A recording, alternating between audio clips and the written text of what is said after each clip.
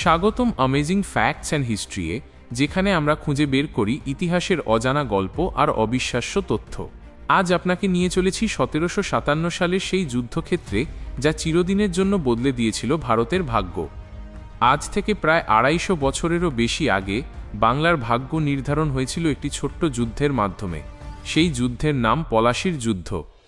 তখন ভারতবর্ষ ছিল টুকরো টুকরো রাজ্যে বিভক্ত, মুঘল সাম্রাজ্যের শক্তি ক্ষয়প্রাপ্ত, আর বাংলার নবাব সিরাজউদ্দৌলা সদ্য সিংহাসনে বসেছেন। চারদিকে ইউরোপীয় শক্তিগুলো, ইংরেজ, ফরাসি, ডাচ, সবাই বাণিজ্যের নামে আসছে, কিন্তু গোপনে চাইছে শাসনের লাগাম হাতে নিতে। সিরাজউদ্দৌলা ছিলেন তরুণ, দৃঢ়চেতা, কিন্তু অভিজ্ঞতায় অল্প।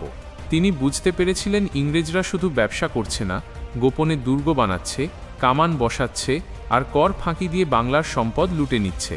তাই তিনি কড়া ভাষায় তাদের সতর্ক করেন। কিন্তু ইংরেজরা মানতে নারাজ। উল্টে তারা কলকাতায় নিজেদের দুর্গ শক্তিশালী করতে থাকে। এই অবস্থায় সিরাজ ঝড়ের মতো কলকাতায় আক্রমণ চালান। ইংরেজরা পালিয়ে যায়, দুর্গ দখল হয় নবাবের। এখানেই ঘটে কুখ্যাত ব্ল্যাক হোল ট্র্যাজেডি, যা ব্রিটিশদের প্রতিশোধস্পৃহা আরও বাড়িয়ে দেয়। এই সুযোগে রবার্ট ক্লাইভ নামের এক ইংরেজ কর্মকর্তা শুরু করেন ভয়ঙ্কর এক ষড়যন্ত্র। তিনি যোগাযোগ করেন নবাবের সেনাপতি মীর জাফর, ধনকুবের জগৎ শেঠ এবং কিছু অসন্তুষ্ট দরবারীদের সঙ্গে। চক্রান্ত পাকা হয়, যুদ্ধ হলে তারা সিরাজকে ফাঁকি দেবে। সিরাজ কিছুটা আঁচ করতে পেরেছিলেন, কিন্তু বিশ্বাসঘাতকতার গভীরতা তিনি বুঝতে পারেননি। 1757 সালের 23শে জুন পলাশীর আম্রকাননে যুদ্ধের দামামা বেজে উঠল। একদিকে সিরাজউদ্দৌলার প্রায় 50,000 সৈন্য, অশ্বারোহী, পদাতিক আর কামান। অন্যদিকে মাত্র 3,000 সৈন্য নিয়ে ইংরেজরা।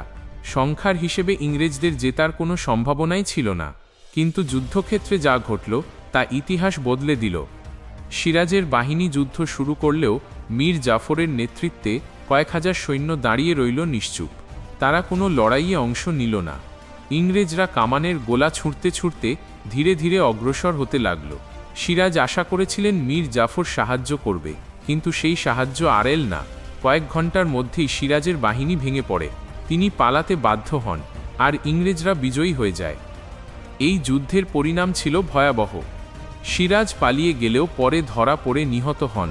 মীর জাফরকে নবাব বানানো হয়, কিন্তু তিনি ছিলেন কেবল নামমাত্র শাসক।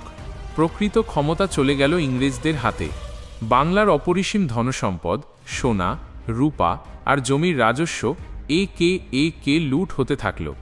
ইংরেজ ইস্ট ইন্ডিয়া কোম্পানি শক্ত ভিত গড়ে নিল ভারতের মাটিতে। ইতিহাসবিদরা বলেন, প্লাসির যুদ্ধ ছিল ভারতের ওপর ব্রিটিশ শাসনের প্রথম বড় পদক্ষেপ। বাংলার সাধারণ মানুষ শোষণের শিকার হতে শুরু করল। কৃষকরা চরম দারিদ্র্যে ভূগোল, ব্যবসায়ীরা ধ্বংস হয়ে গেল। বাংলার যে ঐশ্বর্য ইউরোপকে একসময় আকর্ষণ করেছিল, সেই ঐশ্বর্য ধীরে ধীরে লুট হয়ে ইংল্যান্ডে চলে গেল। এক যুদ্ধেই বদলে গেল বাংলার ভাগ্য, বদলে গেল ভারতের ইতিহাসের গতিপথ।